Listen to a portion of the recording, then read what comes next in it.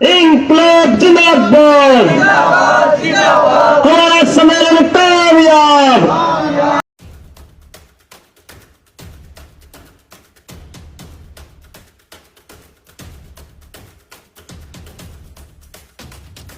ये लोग जिन्हें आप नारेबाजी करते हुए देख व सुन रहे हो, किस्मत के मारे वो लोग हैं जिनके साथ प्रकृति ने तो अन्याय किया ही है, लेकिन हरियाणा सरकार भी इनके साथ अन्याय करती हुई नजर आ रही है। आज इन लोगों ने अपनी आवाज को बुलंद करने के लिए उकलाना में एक कार्यक्रम का आयोजन किया, जिसमें क्षेत्र के तमाम दिव्यांग और असहाय लोगों ने बढ़ चढ़कर हिस्सा लिया और अपनी मांगों को लेकर सरकार से गुहार लगाई। सुनिए इन लोगों की क्या मांगे हैं और इनकी मांगे कितनी जायज है, आप भी कमेंट के माध्यम से जरूर बताएं। उनका यहाँ आने पर अनिल कुमार जी का स्वागत है।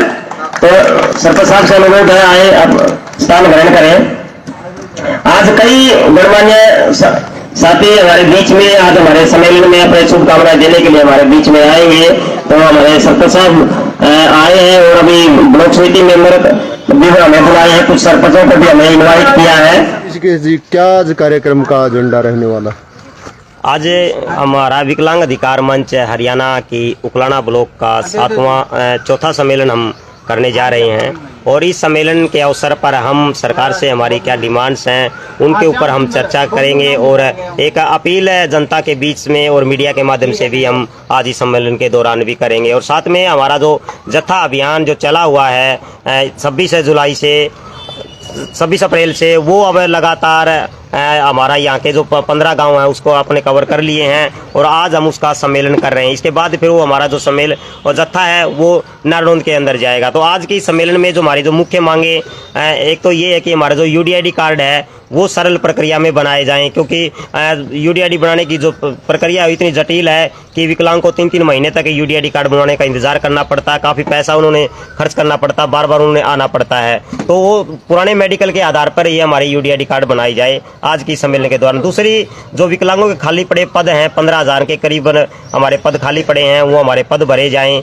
और जो हमारे कर्तव्य हैं, हम चाहते हैं कि आधुनिक कर्तव्य सरकार हमें दे, जैसे बैटरी वाली रिक्शा, स्कूटी, मोबाइल, जो ब्लाइंड है इनके लिए मोबाइल, कानों की मशीन ऐसे, और उनको बहुउद्देशीय कैंप लगा के ताकि एक ही जगह विकलांग तमाम योजनाओं के फार्म भर सके, ऐसा कैंप उपायुक्त के माध्यम से भी लगाया जाए। साथ में हमारी ये भी मांग है कि सरकार ने कहा था कि 3.5 लाख रुपए हम विकलांगों को और विधवाओं को बिना ब्याज देंगे। हम आज की सम्मेलन में ये भी मांग करते हैं कि विकलांगों को 3.5 लाख रुपए बिना ब्याज भी दिया जाए ताकि वो अपना कोई रोजगार कर सके। और जो स्वयं सहायता समूह जो बन रहे हैं, खास करके हरियाणा के अंदर हम देखें तो महिलाओं के ही बन रहे हैं, लेकिन रूल के मुताबिक है जो विकलांगों के भी बनते हैं, लेकिन हिसार के अंदर एक भी ऐसा एसएचजी ग्रुप नहीं है स्वयं सहायता समूह जो विकलांगों का बनाया हो। तो सरकार इसके ऊपर भी विशेष ध्यान दे, इसके लिए भी आज के इस सम्मेलन के दौरान भी हम बातचीत कर रहे हैं। और हमारा जो 27 जुलाई से सिविल हॉस्पिटल में हम अपने छोटे छोटे अधिकारों के लिए जो संघर्ष कर रहे हैं, निश्चितकालीन धरने पर भी बैठे हुए हैं, आज उसके ऊपर भी हम चर्चा करेंगे, पूरी विचार विमर्श करेंगे। और कुछ लोग हमारे यहाँ पर आए हुए हैं, हमने जो 15 गाँव की यहाँ पर यात्रा की है इन गाँव के अंदर, उकलाना के अंदर, उनकी हम एक समीक्षा भी रखेंगे कि किस प्रकार के विकलांगों को दिक्कतें आ रही हैं। खास करके यदि मैं 15 गाँव का अपना अनुभव बताऊं, उसमें सबसे ज्यादा जो विकलांगों को जो दिक्कतें आ रही हैं वो जो हमारे वातावरण जो उन्हें चाहिए, एक इन्वायरमेंट बिल्डिंग का जो चाहिए, जैसे कहीं पर सरकारी गैर सरकारी जो संस्थाएं हैं वहाँ पर व्हील चेयर तक की व्यवस्था होनी चाहिए, या जो पंचायतें हैं या धर्मशालाएं हैं वहाँ पर रैंप का, व्हील चेयर का, इस तरीके का व्यवस्था होनी चाहिए। दूसरी बात, उन्होंने चलने फिरने के लिए जो कृत्रिम की जो जरूरत पड़ती है, काफ़ी संख्या में हमने जो फार्म भरे हैं उसमें कृत्रिम अंग की ज़बरदस्त डिमांड आ रही है कि कोई बैटरी वाली रिक्शा, जो सरकार ने कहा था कि 80% से ऊपर वालों को हम बैटरी वाली रिक्शा देंगे, लेकिन वो कुछ ही लोगों को दी है। हम चाहते हैं कि वो सभी लोगों को मिले, क्योंकि हरियाणा के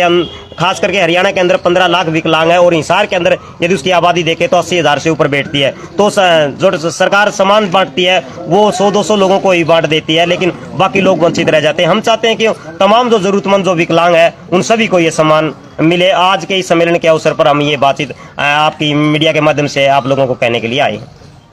ऋषिकेश जी, आपने बताया कि एक तो लोन की सुविधा, इसके लिए कोई आवेदन की कही गई थी या किस प्रकार से होगा?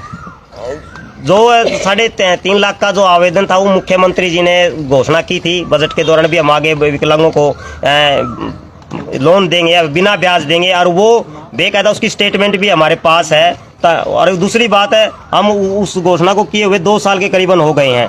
हरियाणा का आज तक भी किसी विकलांग को, विधवाओं को वो लोन नहीं मिला है। तो हम रिक्वेस्ट करते हैं हमारे माननीय मुख्यमंत्री जी से कि हमारे जो आप लोगों ने जो घोषणा की है विकलांगों के लिए, वो हमारी घोषणाएं पूरी करें। और चुनाव की टाइम आ रहा है और हम चाहते हैं कि बीजेपी जेजेपी ने जो घोषणा की थी कि हमारी सरकार बनेगी तो हम 5100 रुपये पेंशन की मांग भी करेंगे। तो आज के सम्मेलन के अवसर पर भी हम तमाम विकलांग 5100 रुपये पेंशन की भी मांग करते हैं। स्वयं सहायता की बात करते हैं तो स्वयं सहायता समूह कौन निर्धारित करता है? स्वयं सहायता समूह है जो वैसे तो जो स्वयं सहायता समूह वो एडीसी के उसके अंडर में आता है। और ये जो स्कीम है ये पूरे हरियाणा की स्कीम है। ये केरला के इस मॉडल पे इसको यहाँ पर बनाया गया है। इसका सबसे अच्छा काम ये है स्वयं सहायता समूह का कि कोई भी 5 विकलांग अपना एक समूह खोल के बैंक में खाता खुलवा सकता है और अपने बचत के 100-200 रुपये बैंक में डाल सकता है। और सरकार जब वो 3 महीने या 6 महीने हो जाएंगे तो सरकार उनके आधार पर, उनके व्यवहार के आधार पर उनको रोजगार के लिए लोन देती है। और बैंक से ले जाओ और दे जाओ, इसका मतलब कभी भी ये बंद नहीं होता। यदि बैंक के साथ उसका अच्छा व्यवहार विकलांगों का रहता है तो ये पूरी जिंदगी वो ग्रुप उनके काम आता है। तो ऐसे ग्रुप महिलाओं के बने हुए हैं, महिलाओं ने बहुत अच्छे काम कर रखे हैं। मैं गाँव राजली से आता हूँ, वहाँ पर काफी 10-12 ग्रुप महिलाओं के बने हुए बहुत अच्छा काम कर रही हैं। तो ऐसे विकलांग भी काम कर सकते हैं यदि उनको इस तरीके का अवसर मिले तो।